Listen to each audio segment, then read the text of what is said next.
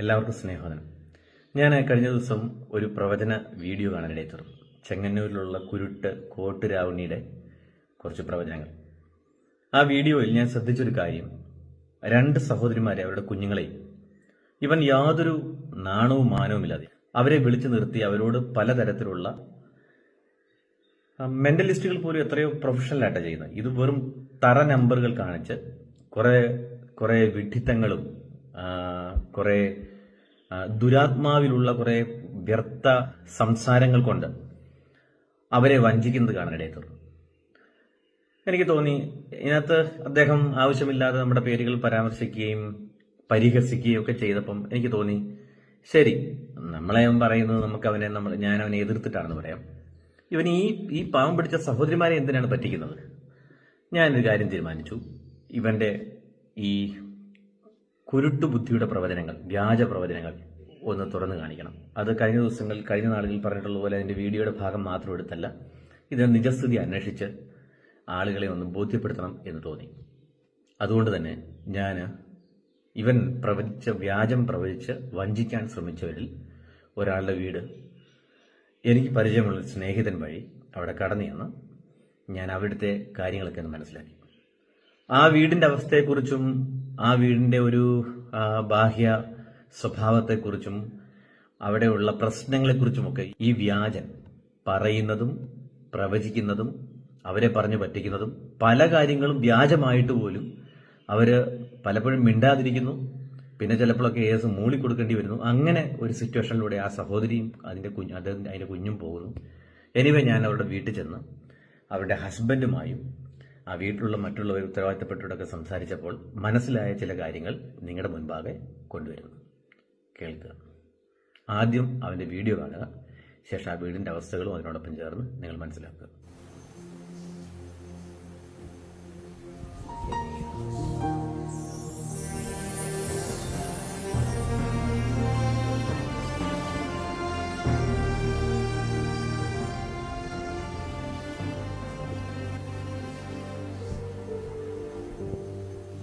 നിങ്ങളവിടെ ഒരു ആക്സിഡന്റ് പോലാണ്ട് കഴിഞ്ഞു നിൽക്കുക അല്ലേ?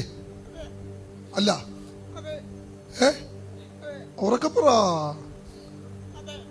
അതെ, നിങ്ങളുടെ അവിടെ ഒരു ആക്സിഡന്റ് കഴിഞ്ഞു നിൽക്കുക. നടന്നു.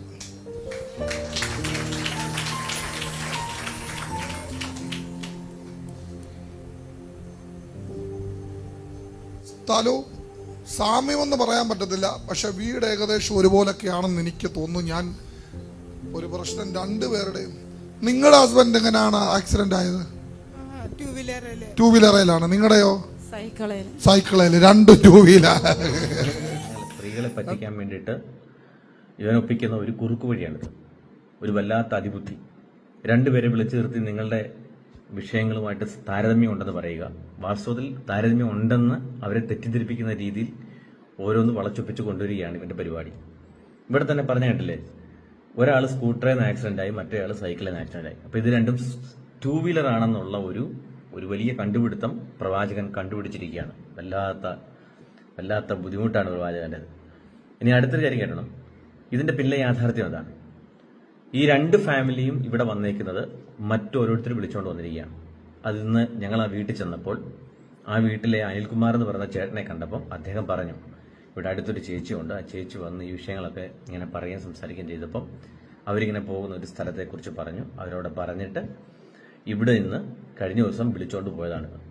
അവർ ചെന്നു കൊടുത്ത ഇൻഫോർമേഷൻ അനുസരിച്ചാണ് ഈ നമ്പർ 1 തരികിട ഇത് ഓരോന്ന് പറഞ്ഞുകൊണ്ടിരിക്കുന്നത്. എന്നാൽ തന്നെ ചില കാര്യങ്ങൾ അവന് കിട്ടിയിരിക്കുന്നത് ഏകദേശ ധാരണ മാത്രമാണ്. ആ ചെന്ന് കാര്യങ്ങൾ പറഞ്ഞു കൊടുത്തിരിക്കുന്ന സഹോദരിക്ക് പോലും അറിയത്തില്ല. അവരുടെ വാക്കുകളിൽ നിന്ന് പലതും എടുത്തിട്ട് ഇനി ഇവൻ കുറെ കൂടെ അതിനോട് പൊടിപ്പും തൊങ്ങലും ഒക്കെ വെച്ച് അവനത് ഒന്ന് പെരുപ്പിച്ചാണ് ഇനി പ്രവചനം അടിക്കാൻ പോകുന്നതെന്ന് ഇത് പറഞ്ഞു കൊടുക്കുന്ന സഹോദരിക്ക് പോലും അറിയത്തില്ല. അവരെ നിന്ന് കിട്ടിയത് വെച്ച് ബാക്കി അവൻ കയ്യിൽ നിന്നിട്ട് കീച്ചതാണ്. കയ്യിൽ നിന്നിട്ട് കീച്ചത് മുഴുവൻ ചീറ്റിട്ടുണ്ട്. അത് ബാക്കിയുള്ള വീഡിയോ കാണുമ്പോൾ നിങ്ങൾക്ക് മനസ്സിലാവും. ഇതിനകത്ത് രണ്ട് സഹോദരിമാരോട് സംസാരിക്കുന്നത്. അതിനകത്ത് ഒരു സഹോദരിയെ മാത്രമായിട്ടുള്ള ഭാഗങ്ങളാണ് തുടർന്ന് കാണിക്കുന്നത്. ശ്രദ്ധിക്കുക. പുള്ളിക്ക് എവിടെയാ പരിക്ക്? കാലിലല്ലേ? നിങ്ങളുടെയോ? കൈക്കും നടുവിനും. നടുവിനും.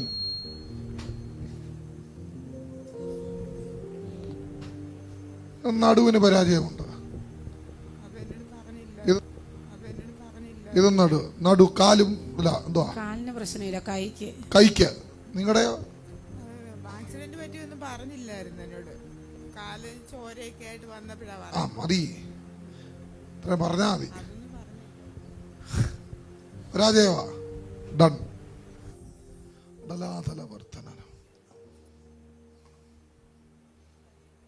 പറന്തൽ ജംഗ്ഷൻ. വീണ്ടും കുറച്ച് മുന്നോട്ട് പോയി അല്ലേ? വീണ്ടും കുറച്ച് മുന്നോട്ട് പോയി. വലത്തോട്ട് കിടക്കുന്ന ഒരു വഴി ആണോ? അതെ അതെ. നിങ്ങളുടെ വീടിന്റെ അടുക്കമല്ലോ വന്നോ? ഓക്കെ. ഇല്ലെങ്കിൽ നാളെ ഈ അമ്മാവ വന്ന് എനിക്ക് വീട് പറഞ്ഞു തന്നെന്ന് പറയാം. അതുകൊണ്ടാണ്. അയ്യോ, ഞാൻ ആ വീട്ടിൽ പോലും പോയിട്ടില്ല. മാമ ഈ കുരിശടി കാണിക്കുന്നു.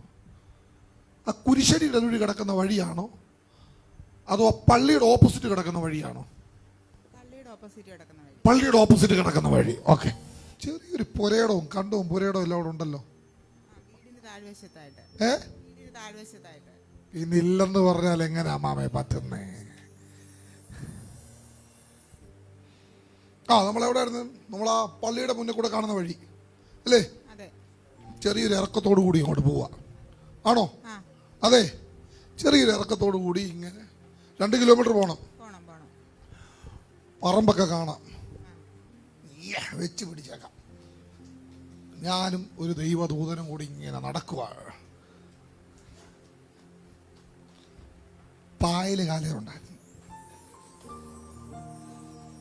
തട്ടിക്കളഞ്ഞതാ. ഇതിപ്പോ പാതി വഴിയായി, മീതിയും കൂടെ കയറണം. ഇപ്പൊ ഞാൻ ഇതിന്റെ ഉച്ചയിലാണ് നിൽക്കുന്നത്. ഏറ്റവും മേളിൽ വന്നു. ഏറ്റവും മേളിൽ എനിക്ക് ഇടതുവശത്തൊരു വീട് കാണാം. ആ വീടാണോ അതോ ഈ കയറ്റം കയറി താഴോട്ടിറങ്ങണോ? മുമ്പോട്ട് വേണം, കുറച്ചുകൂടെ മുന്നോട്ട് ഇറങ്ങണം. താഴ്വശത്തൊരു വീട് കാണാം. കുഴിയില് ഒരു ഓടിട്ട വീട് എനിക്ക് കാണാം. ശരിയാണോ? അതല്ലല്ലോ. അല്ല, അതാരുടെ വീടാ അത്?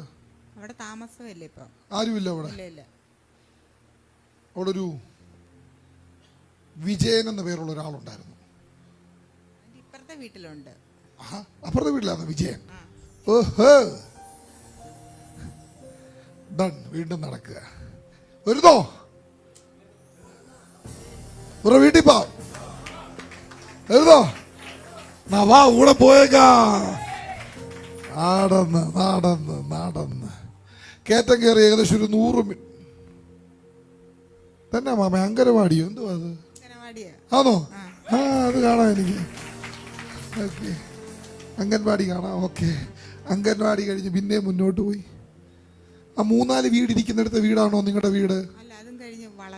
അത് കഴിഞ്ഞ് അത് അങ്ങേപ്പുറത്താ കാണുന്ന വളവ്, വലത്തോട്ട് കിടക്കുന്ന വളവ് അതല്ലേ? അത് തന്നെ.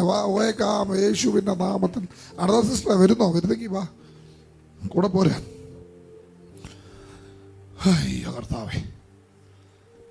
ഈ 1, 2, 3, 4 വീട് കഴിഞ്ഞ് വീണ്ടും ആ വളവത്തെത്തി. വളവിന് ആ മൂലക്കിരിക്കുന്ന വീടാണോ നിങ്ങളുടെ വീട്? അതെ. പക്ഷെ എനിക്കവിടെ ഒരു വീടല്ല, 2 വീടോളം കാണാം. ഒരു ഷീറ്റ് ഇട്ട വീട് കാണാം എനിക്ക്. അതാണോ? അതോ ഇപ്പഴത്തെ വാർത്ത വീടാണോ? വൈറ്റ് വാഷ് പോലെ അടിച്ചിട്ടേക്കുന്ന ആ വീടാണോ? അത് തന്നെയാണോ മോളെ? അത് തന്നെയാണോ നിങ്ങളുടെ വീട്? ആണ്. ഓക്കെ, വൈറ്റ് വാഷ് അടിച്ച വീട് നല്ലൊരു വീടാണല്ലോ. പക്ഷെ അതിന് മേളിൽ കടമെന്ന് എഴുതി വെച്ചിട്ടുണ്ട്. കടം ഇല്ലേ? കടമില്ലേ? ഉണ്ടോ ഇല്ലേ? സ്വർണ്ണോ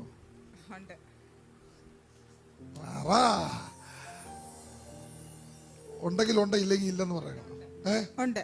ഇല്ലെന്ന് പറഞ്ഞാൽ ഞാൻ തിരിച്ചു പോകും. കാരണം നിങ്ങൾക്ക് പ്രശ്നങ്ങളില്ല.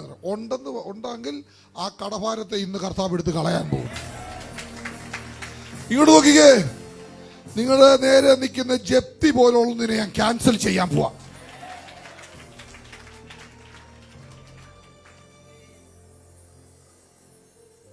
Don't cry, Jesus is alive. യേശു ജീവിക്കുന്നു. എന്തിനാ കരയുന്നേ? നല്ലൊരു വീട്, നല്ലൊരു സിറ്റ് ഔട്ട്, നല്ലൊരു ഹോള്, നല്ലൊരു മിറ്റം. ഇതാരാ ചെടിയൊക്കെ നട്ടേക്കുന്നത്? നീ നട്ടാന്നോ ചെടിയൊക്കെ? ആണോ? നല്ല എവിടുന്ന് വാങ്ങിച്ചത്? നല്ല ചെടികളാണല്ലോ. എന്താ വെളുത്തിരിക്കുന്ന ചെടി ഏതാ? വെള്ള കളറുള്ള അതമ്മ നട്ടാന്നോ? അതിന് തൈ എനിക്ക് തരണം കേട്ടോ. നല്ല ചെടിയാ അത്.